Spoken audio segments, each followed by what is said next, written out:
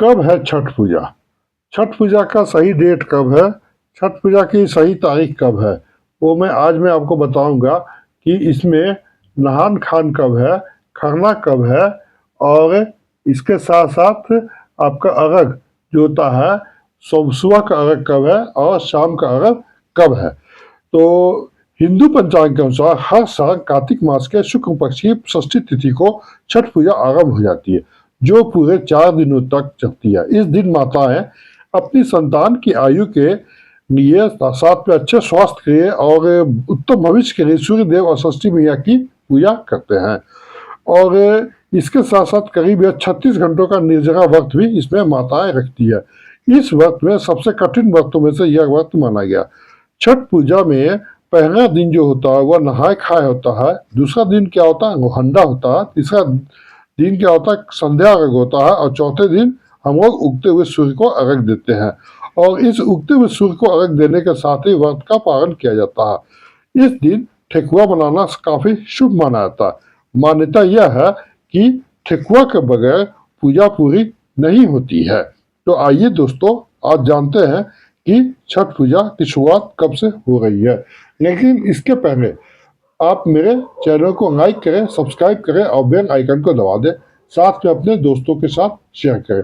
नमस्कार दोस्तों, मैं दिव्य ज्योतिष से आपका आचार्य। वैसे हिंदू धर्म में छठ पूजा का विशेष महत्व है।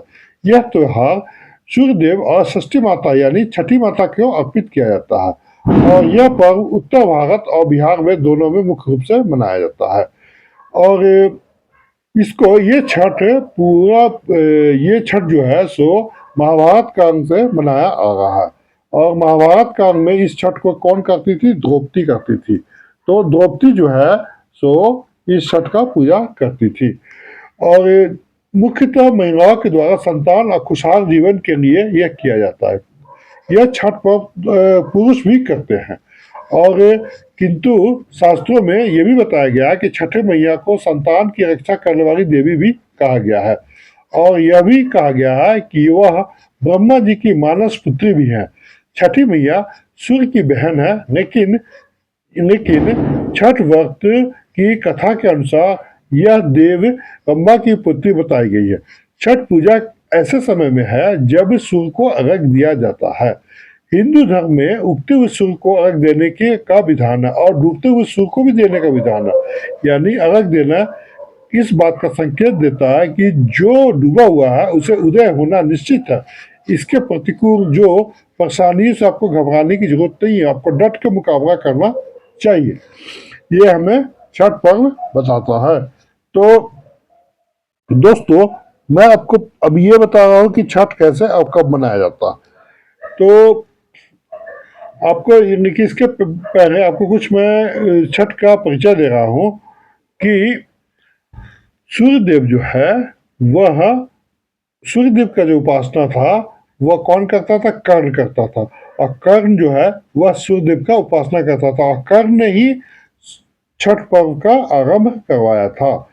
जिसकी कुंडली में सूर्य कमजोर है यानी मजबूत नहीं है, वह अगर सूरज को अर्घ देता है या सूरज की पूजा करता है तो उसके कुंडली में सूर्य मजबूत हो जाता है और वह अपने जीवन में हमेशा आगे की ओर बढ़ता रहता है, क्योंकि सूर्य जो है पूरे कुंडली में मेन ग्रह रूप में माना गया है। तो दोस्तों, मैं ये बता रहा हूँ कि छठ कब है। तो छठ जो है सो कार्तिक शुक्ल की षष्ठी तिथि को आरंभ किया जाता है। तो इस बार जो षष्ठी तिथि है वह 7 नवंबर को सुबह 12:41 से शुरू हो रही है, जो कि 8 नवंबर को सुबह 12:35 पर समाप्त हो जाएगी। उदय तिथि के अनुसार छठ पूजा 7 नवंबर को है और इस दिन शाम के समय सूर्य को अर्घ दिया जाएगा। तो अब बता रहा हूँ कि छठ पूजा का मेन कैलेंडर कैसा बनेगा। तो छठ का जो पहला दिन है नहाय खाए वह है 5 नवंबर को यानी मंगलवार को। छठ पूजा का दूसरा दिन है खरना, वह है बुधवार को यानी 6 नवंबर को। छठ पूजा का तीसरा दिन है संध्या अर्घ, वह कब है? गुरुवार को यानी कि 7 नवंबर को। छठ पूजा का चौथा अर्घ है वह शुक्रवार यानी कि 8 नवंबर को। तो छठ पूजा का जो पहला दिन नहाय खाए है वह इस दिन क्या करते हैं, इस दिन साफ सफाई के साथ छठ का प्रसाद बनाया जाता है। इस दिन सूर्योदय सुबह 6:39 पे होगा और सूर्यास्त 5:41 पे होगा। और अब दूसरे दिन खरना को देखें तो छठ पूजा का दूसरा दिन जो है खरना यानी मोहंडा कहा जाता है। यह कार्तिक मास के शुक्ल पक्ष की पंचमी तिथि को मनाया जाता है। तो इस दिन माताएं दिन वक्त रखती है और पूजा के बाद गुड़ का खीर बनाकर 36 घंटे तक निर्जला व्रत का आरंभ कर देती है। इस दिन मिट्टी के चूल्हे में आम की रखी से आग लगाकर चावल दूध और गुड़ का खीर बनाया जाता है।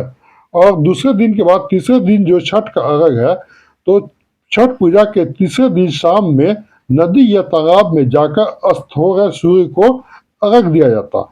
इसके साथ ही बांस के सूप के फंग गन्ना चावल के लड्डू ठेकुआ सहित अन्य सामग्री रखकर नदी सरोवर के अंदर खड़े होकर हम लोग क्या करते हैं कि पूजा करते हैं। इस दिन सूर्यास्त शाम 5:29 पे होगी। अब रहा छठ पूजा का चौथा दिन। तो चौथा दिन जो उषा का अर्घ सुबह का अर्घ है, उस दिन छठ पूजा के चौथे दिन हम लोग उगते हुए सूर्य को अर्घ देते हैं। तो इस दिन सूर्योदय सुबह 6:37 पे होगा और इसी दिन व्यक्ति अपने व्रत का पालन करके व्रत को पूरा करते हैं। साथ ही अपने संतान की लंबी आयु की कामना करते हैं। तो दोस्तों, यह तो छठ के पूजा का पूरा तारीख था और पूरा उसका समय था, डेट था। तो इसके बाद मैं बता रहा हूँ कि छठ पूजा जो है वो एक्चुअली क्या होता है, किस लिए किया जाता है। तो छठ पूजा में हम लोग क्या करते हैं, एक तो उगते हुए सूर्य को भी जन्म देते हैं और डूबते हुए सूर्य को भी जन्म देते हैं। यानी छठ ही ऐसा पर्व है जिसमें हमें उगते और डूबते दोनों सूर्य को जन्म दिया जाता है।